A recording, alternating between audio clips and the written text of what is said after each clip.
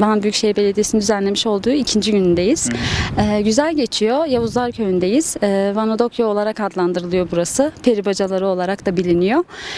Rüzgarlığın azizliğine uğrasak da güzel çekimler yaptığımızı düşünüyoruz. Biraz amatörüz ama yine de profesyonellere de yani o anı yakalamak önemli aslında. Kim yakaladıysa o olsun, kim hak ettiyse de o olsun. Teşekkür ederim.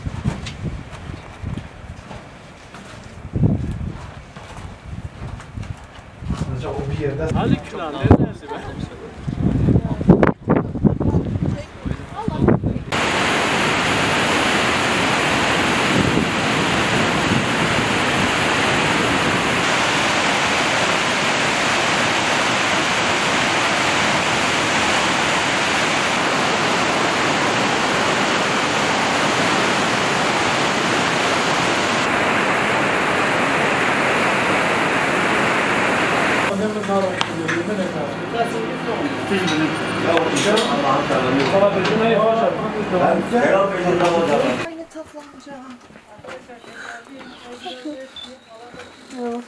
Merhaba, hoş geldin.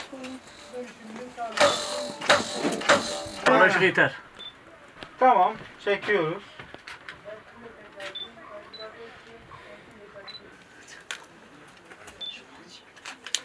Amca şöyle hafif çapraz tutsana. Yani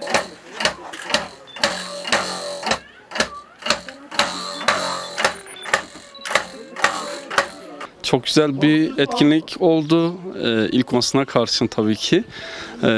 Çok güzel yerler geziyoruz. Dün Akdamar Adası'nı gezdik.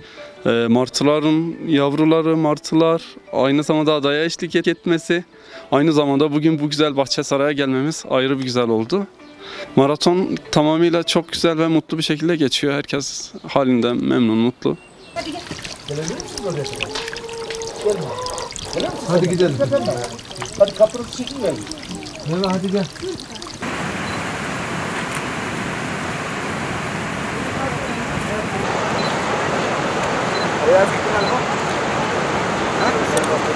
Sen şunu çıkart.